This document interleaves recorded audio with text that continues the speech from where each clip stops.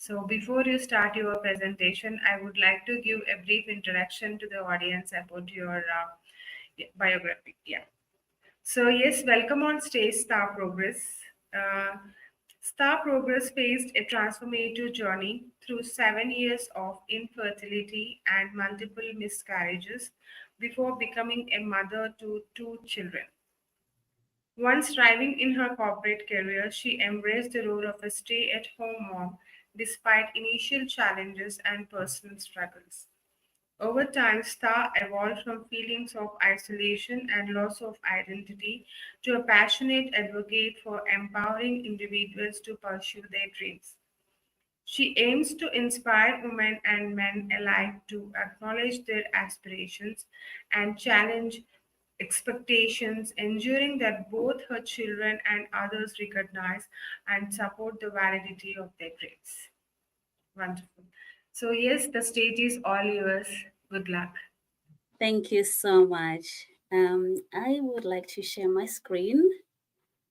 Um, Yes, you can share your screen. there we go. You can see that? Yes, we can see. Okay. Okay.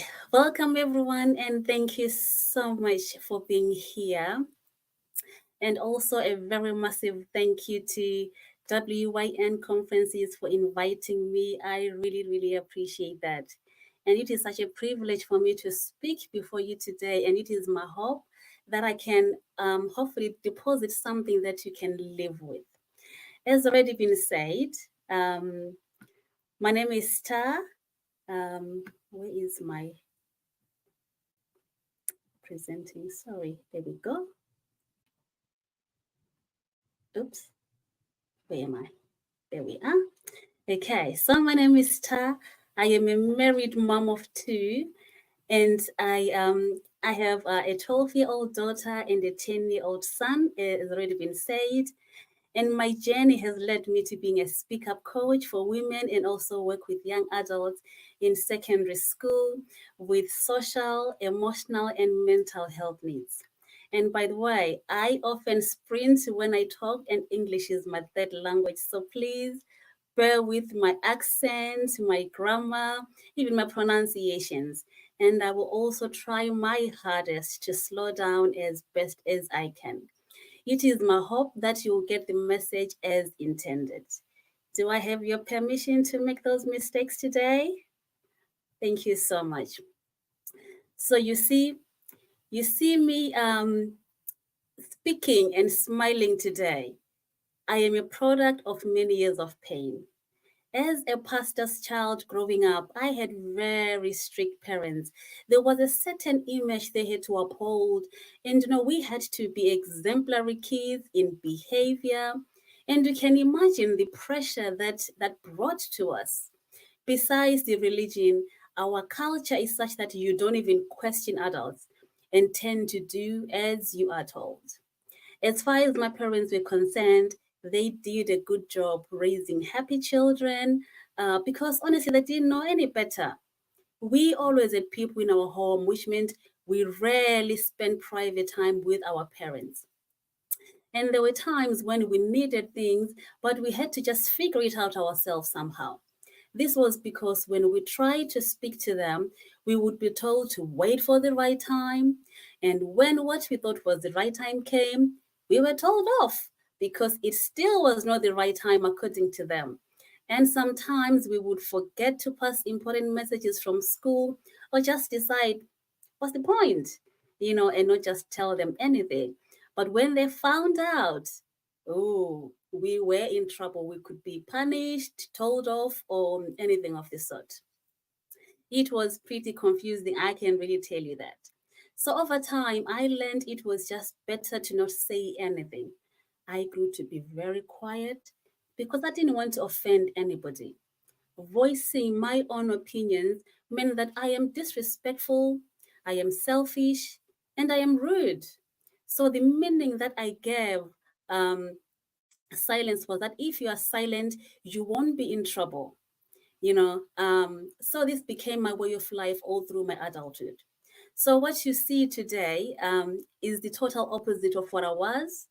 because a lot has happened, and I am now on this journey to helping as many women as I can learn to speak up, be heard, and also understood. And so today we are going to talk about culture and women's progress and how we can all effect change in our own small way. So in my culture, as you can see, boys are more respected and esteemed than girls because partly they are the ones who carry the family name, whereas girls are considered lesser, as they'll maybe one day just get married and may take up somebody's name. So, for example, in my own family, I am the third oldest. All my brothers are younger than me, but they have more say than I do. So, in even more important family decisions, we as girls are often sidelined and just informed when decisions have already been made, which is kind of, yeah, it sucks. And so, as a result of all this, it's said that many girls are just nurtured to be housewives than follow their own dreams. In essence, women have no voice. And so, if you can relate to this or know somebody who has similar experiences, you can type me in the chat below. So, because of this dynamic, women are often conditioned to think that it is normal and just part of our culture. And we see this in some spaces even today.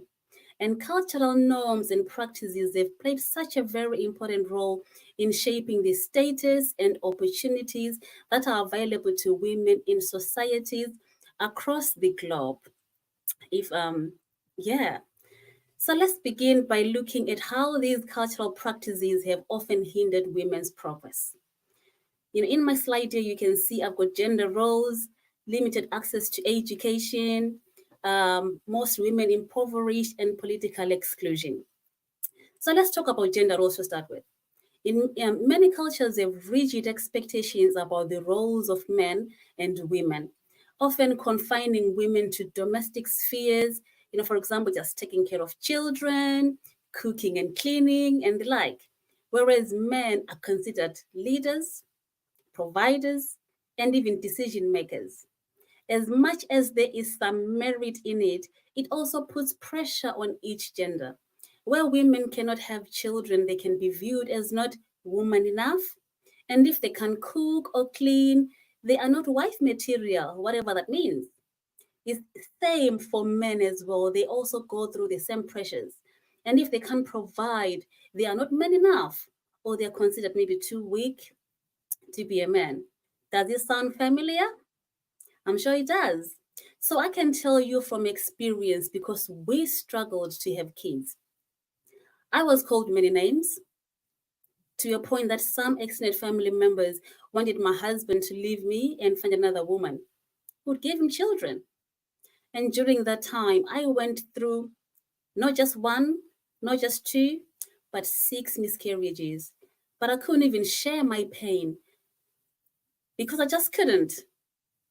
I couldn't because I wasn't willing to go through that pain again. I don't know if anybody can relate to that. And so we look as well at our limited access to education, as I mentioned. It has played a very big part. And so in some societies, cultural beliefs have prioritized boys' education over girls. And sadly, this is still prevalent in some societies today. And we also see that the cultural norms that we have in many places, they've limited women's ability to work even outside of the home or even just control their own finances. This is very damaging, especially for married women with kids, as we see the effects when divorce happens or the husband who was the main provider is either sick and can't provide for the family or even passes on, leaving the family in an unmentionable state, which is really, really sad. And one of my very close family members lost her husband. Not only did she lose her husband, but she also lost a provider. About a week after the funeral, she also lost her home. It turned out that their house had been used as collateral for some business deal that she didn't even have any idea about. So you can imagine the shock when she found out. Her whole world changed just like that. She had been living this comfortable life and she lost everything. She was reduced to be the one begging for things. and her kids were thrown into this deep end and started living a life that was very foreign to them. And sadly, these situations are not even rare at all. It affects the children mentally, and the ripple effects of this are just unimaginable. Even though children are not able to articulate these things properly, something definitely shifts in their mind. And sadly, societies do not even learn from such situations. And even in most cases, women are also at the forefront of advocating for such without even a care on the effects it has. I would hope that after today, we can start to see the bigger picture and advocate for those who are not able to do so. Someone is waiting for you to speak up and challenge these injustices. And so let's look at political exclusion. Historically, many cultures have excluded women from political processes and even leadership positions. They view women as weak to make decisions. And yet, when we look at those countries or even companies that have women leaders, they are the most thriving. Most women are naturally nurturing, as you can imagine, and sometimes there is need for that balance, between masculine and feminine energy. We see that these practices are deeply rooted in cultural traditions and have also created significant barriers to women's advancement. However, it's also crucial for us to note that culture is not static; it evolves, and when this happens, so do the opportunities for progress. Okay, so I'm just interested. I'm wondering, anyone knows about the suffrage movement? Okay, so the fight for women's right to vote marked a very significant cultural shift in many countries. If you know the suffrage movement, it had far reaching impacts on women's roles beyond just gaining voting rights. It impacted education, employment, legal rights, political engagement, and also social reforms.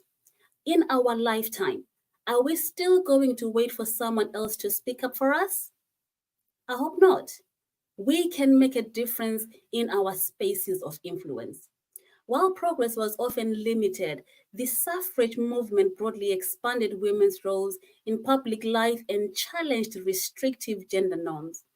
And cultural changes have led to increased acceptance of women in various professional fields and also supported women's autonomy over their bodies and even health decisions. So we can see that changing perceptions have opened doors for women in politics, in business, and even other leadership positions. And even while progress has been made, significant challenges still remain. And why is that?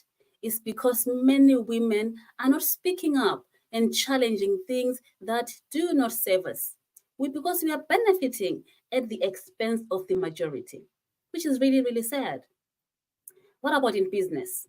Studies indicate that gender diverse leadership teams, they tend to be more innovative and they perform better financially. Companies with women in top positions are more likely to have above average profitability, according to a 2023 McKinsey report. And this recognition of women's positive impact on organizational performance has also helped open more doors for female executives. However, barriers still persist. Women still face gender bias, they face discrimination, and there is also a lack of support in both political and corporate spheres. They often have to work harder to prove themselves and receive less support than their male counterparts. And additionally, societal expectations and family responsibilities continue to disproportionately affect women's career advancement. While changing perceptions have created more opportunities for women in leadership, achieving true equality requires ongoing efforts to eliminate barriers, challenge stereotypes, and create supportive environments for women to thrive as leaders across all sectors. And now let's look at education as a catalyst for that change. So, the role of education cannot be overstated. It plays such a very crucial role in transforming cultural attitudes towards women and promoting gender equality. This is what education does. It empowers us through knowledge, and education equips women to knowledge with knowledge about their rights, about their potential, and whatever opportunities that are available to them. And this awareness also enables them to challenge discriminatory practices and also advocate for themselves. It gives us economic independence. Who doesn't want that? Higher education levels correlate with increased career opportunities and also financial independence for women. This economic empowerment allows women to make independent decisions and also reduces their vulnerability to exploitation that can happen. We also see health improvements. Educated women tend to make better health decisions for themselves and for their families too. They are also more likely to seek medical care and practice things like, family planning. And then we see that there is also the impact on intergeneration. Educated mothers are more likely to prioritize education for their own children, creating a cycle of empowerment across generations, as you can imagine. And studies have also shown that each additional year of maternal education, it also leads to children staying in school even longer. And so, changing social norms, it shows that as more women become educated and enter diverse professions, societal perceptions of women's capabilities and roles, it also evolves. Education is also linked to decreased rates of early marriage because this happens in many places, especially in Africa, and I'm sure in India as well. There's also gender-based violence and other harmful traditional practices. So educated girls and women, they are better off equipped to resist these practices, and they can also be the leading voices in challenging them.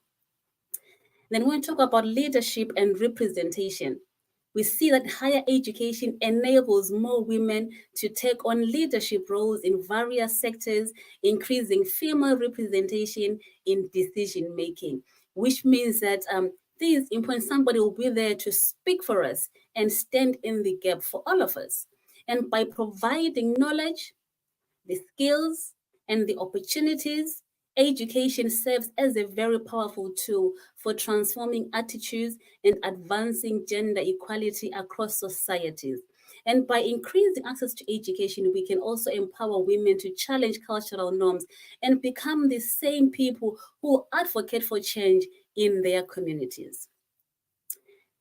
And we need male support. The importance of male support as well really, can't be stated enough. Cultural change requires the active participation of all members of society, especially our men. I'm sure we all have like a male figure in our lives. Men can help break down harmful gender stereotypes. Women are often subjected to catcalling or even those unhelpful comments about their looks, as if that's the only thing that, is amazing about women. When men challenge other men, it sends a very clear message that this is unacceptable. And then we look at the workplace and support. Male colleagues and leaders can also advocate for women's advancement. I often hear women complaining about being spoken over in meetings or even having their ideas dismissed and even face subtle discrimination. You also see that there is double standards in workplaces, and we need our men to support us. When women are assertive, they're often labeled as bossy or even aggressive. And while the same men exactly the same behaviors, they're seen as leaders, even good leaders for that matter. When many men speak up and challenge these issues, the environment under which women operate will drastically change. And there is also the issue of balancing career ambitions with what society expects. The emotional labor many women face is just disproportionate. The burden of making sure that the household is managed properly, childcare has been taken care of, family relationships are well managed. Even when working full time, it's often overlooked. I'm also aware that um, it can be challenging for some men because sharing household responsibilities challenges their own traditional gender roles and is often met with resistance. But we can see that men play a very important role in supporting and advocating for women's progress, helping to create more inclusive cultures. I can also tell you that my silence almost cost me my own marriage. Because of my own upbringing and the meaning that I gave to being silent, I didn't speak up, even when I was supposed to have done so. I agreed with things that deep down I was really, really unhappy with. It took me almost 17 years of our marriage to finally speak up and take a stand on things I strongly disagreed with. In all fairness, my husband was shocked when we had these conversations. Today, he is my biggest supporter and also advocates for women's voices to be heard.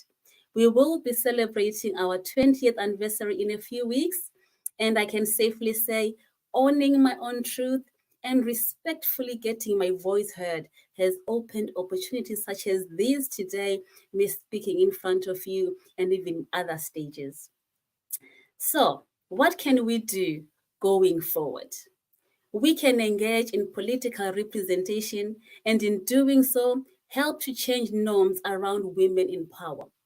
We can pursue education and skills training because rising education levels for women can also interact with other factors to shift the norms around paid and also unpaid work. We can challenge stereotypes. Women can use creative fields like art, we can use our films, we can use music to tell untold stories and subvert those gender stereotypes. We can also advocate for policy changes. Supporting policies that normalize women's participation in the workforce and expand decent work opportunities can also help shift these norms. We can do that, nobody else. We also can participate in community education initiatives. Community based education on gender equality and equal care roles can help change these norms. And we can also support and join women's groups and other movements that may be happening wherever you are, because these collectives can amplify women's voices and drive change. What about in religious institutions? We can also challenge them, challenge religious doctrines that also enforce male domination. Engaging with religious institutions to promote more equitable interpretations can help shift the norms. It's not going to be easy for sure, but when we get a buy in from just a few, the voices are amplified. And also, let's speak out against gender based violence and online harassment. And so we see that the relationship between culture and women's progress is complex and ever evolving. While cultural norms have often posed challenges to women's advancement, they also have the potential to be powerful catalysts for change. And by understanding and actively shaping this interplay, we can all work towards creating more inclusive and equitable societies for all of us. The journey towards full equality is ongoing, but with continued effort, education, and cultural evolution, we can all build a world where every woman has the opportunity to reach her full potential. So, in conclusion, we all can play an important part in changing this narrative.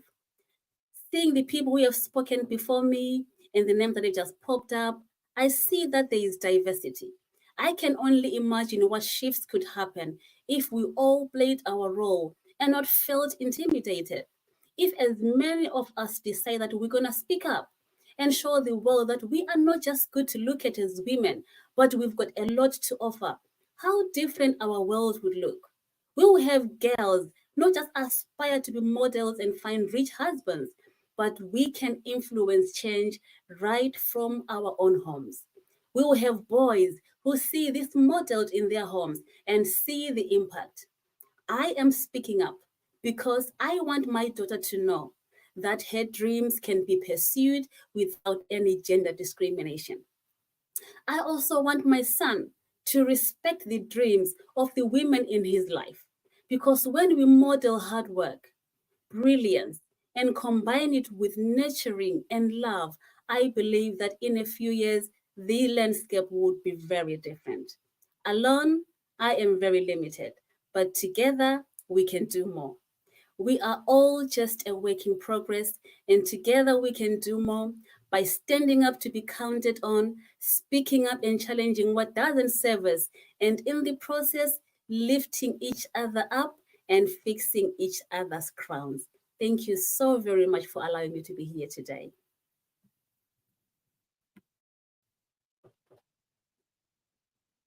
Progress for the stunning presentation today.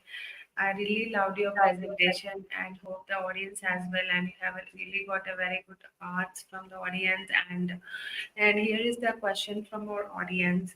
So, what were the biggest challenges you faced when transitioning from a corporate career to a stay-at-home mom?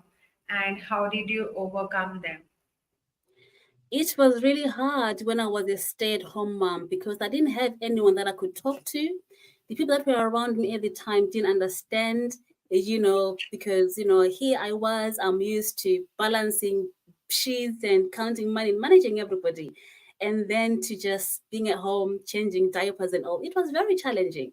But I think I am one person who just loves learning and educating myself. So I got myself really, really involved in online trainings and things like that. So that helped me to stay sane and see what's happening and also be able to manage both because I wasn't just staying at home, but I was doing other things as well, which really helped me mentally as well.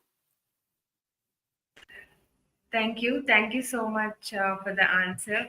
And thank you so much for joining the Day 2 Global Virtual Summit 2024.